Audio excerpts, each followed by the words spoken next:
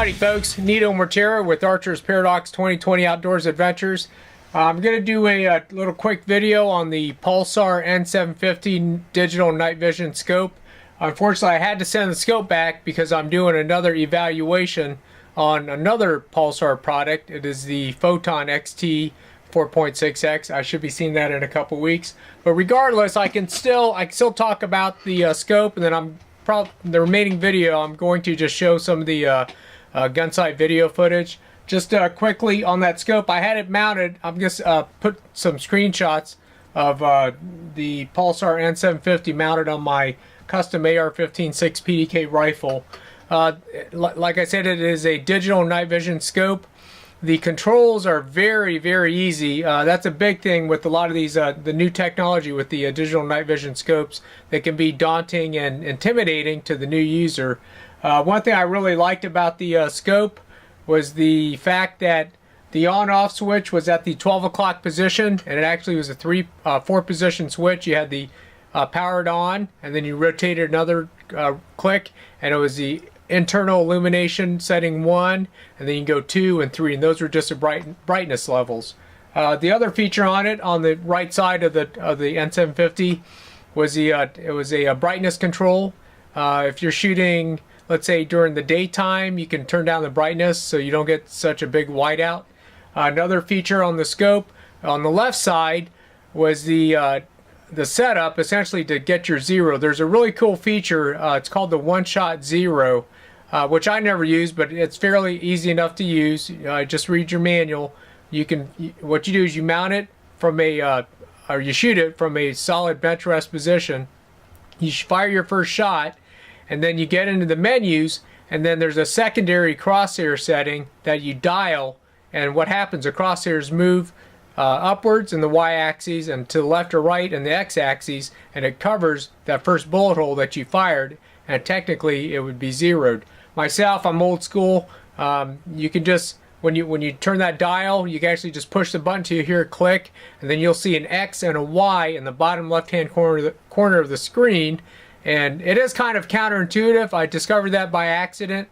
Let's say, like in my instance, my rifle was shooting low, so on the y-axis, that's your vertical, you actually have to raise the number, okay, in order to get the adjustment correct. And likewise on the x-axis, left and right. It's counterintuitive to what you think, but once you figure it out, piece of cake to set up. On my rifle, I had an external illuminator, which helps. I found that with the N750, with the internal illuminators, you probably stretch it out to maybe 100, 125 yards. If it's a full moon night, obviously it's going to be further. The external illuminator did help in maybe making shots out to 200 yards. But anyways, enough of me talking about the Phantom scope. Like I said, in a couple weeks, I'm going to have the new Photon XT 4.6X. Really looking forward to doing a review on that. But I'm going to roll some of the nighttime gun video footage and a couple daytime as well. All right, this is Nito Mortera with Archer's Paradox 2020 Outdoors Adventure. We'll see you later.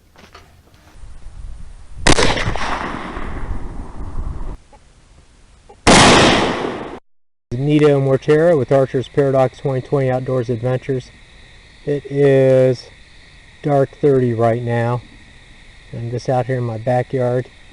I'm going to turn on the external illuminator. It seems to make a pretty good difference there. And shut it off. We'll look inside the woods here. That makes a big difference. There's my archery target. Illuminator off. We'll try the onboard illuminator. It actually comes with 3 different settings. That's it turned off. There's the onboard illuminator.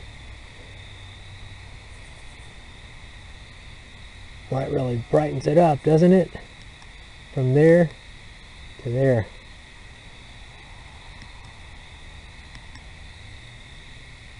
Oh, cool, I can change the power setting just tapping it lightly.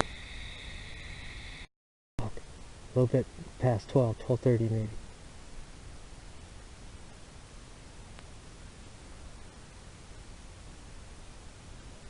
He's coming in.